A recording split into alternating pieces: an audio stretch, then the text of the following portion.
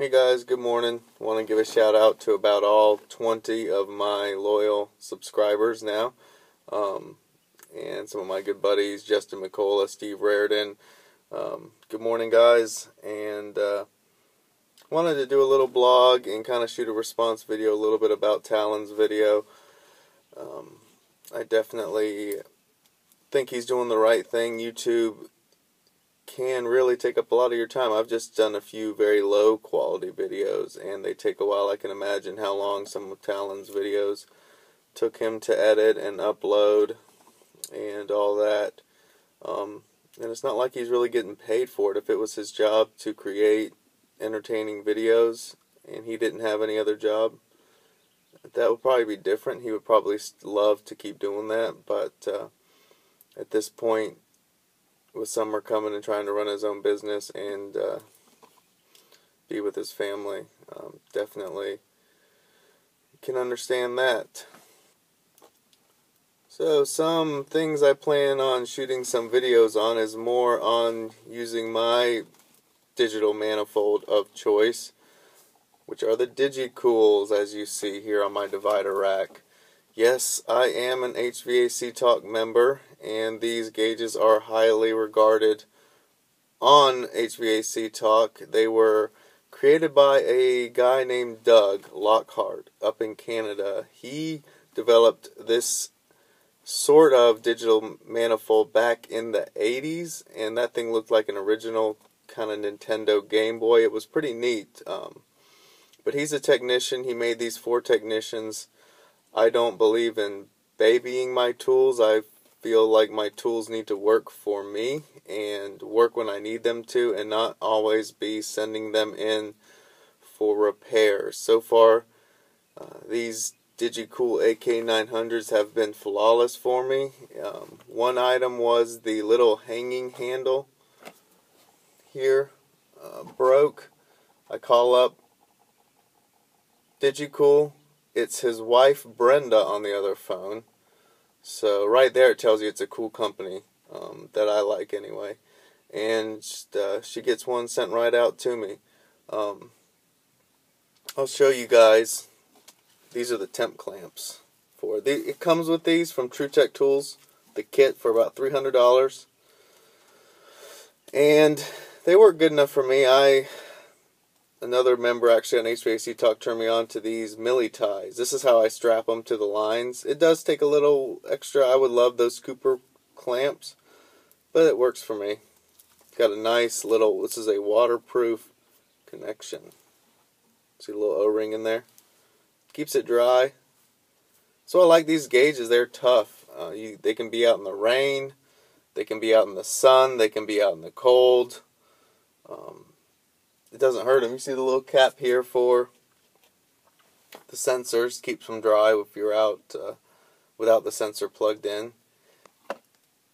I'm going to give you guys a shot of this guy up close here. Alright.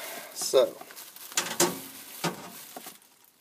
as you can see here, got my low side reading 0.7 PSIG, and my high side has a low loss fitting on there. Oh, let me turn it back on. Does automatically shut off. So it's R22. You can see it's about 53 degrees in my truck due to my high side low loss hose with R22 in it. This is how you will cycle through to all your Freons. It's got pretty much every one you could ever need in there.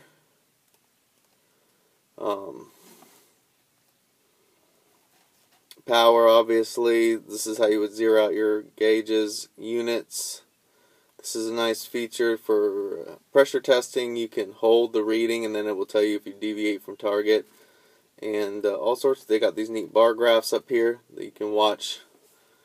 They're pretty neat little gauges. So they're inexpensive. $300. You get that manifold. It's a chinky manifold. But it's $30 on TruTech Tools. You can't go wrong by getting it. A lot of guys do put some nice like Yellow Jacket Brute manifolds on it and so forth. This one works okay for me. It is not micron. It won't hold micron reading very well on it, so I don't pull vacuums through them. I don't really pull vacuums through manifolds anyway.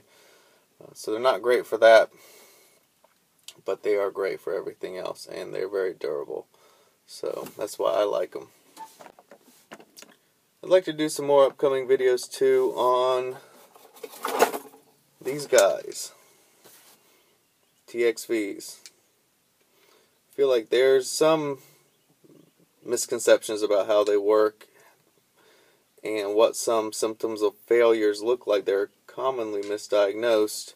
One major misconception or myth about this valve is that this line has something to do with the off-cycle equalization line. This is called an external equalization line. It's a bad name for it in my opinion. It should be called something else, and I will like to go into more depth about all the functions of this valve, what it does, and what some common failures look like. Got a couple different valves here. This is a Aeroquip style mechanical valve. You've got a Emerson style brazed on valve, the larger bulb, but they all work the same no matter if it was made in 1972 or 2012. The valve pretty much works the same. There's obviously some differences like an internal check valve for heat pumps and so forth, but the main theory of how it works is the same. Okay guys, here's another little preview of a little project I plan on shooting some videos on. It involves this, which is an old blower housing, and I've got an assortment of different ECM motors I am playing with. This is my reversible X13. If I find a failed motor for one of my customers, I can throw this puppy in temporarily, get them cooling, very minimal effort. I love doing it. Yes, you can put a relay, yes, you can put a PSC motor in, but boy is this fast, and this is how I reverse it. If any of you guys know how three-phase motors work, you guys know that this is a three-phase DC motor, and we did have a discussion online whether or not this was going to work to simply reverse this motor. Will the module still recognize it? Yes, it will. Yes, it will. So I'm not going to get into exactly what I did to make that happen, but you guys can probably figure that much out. This is a module for a communicating Lennox furnace. It's a Gentech 3.0. Not a real popular motor. The technology quickly went by this motor, it seems like. This is the case for it here, and this is another spare module I have off of a York unit. This one, the magnets came apart inside the motor, so the module is still good, so I keep this guy handy. It is directional, so kind of clockwise lead end, but plan on doing a little bit of video about what exactly I'm going to do here, so stay tuned. Okay guys, thanks for watching my little blog here, and have a good weekend, and we'll see you on the next one.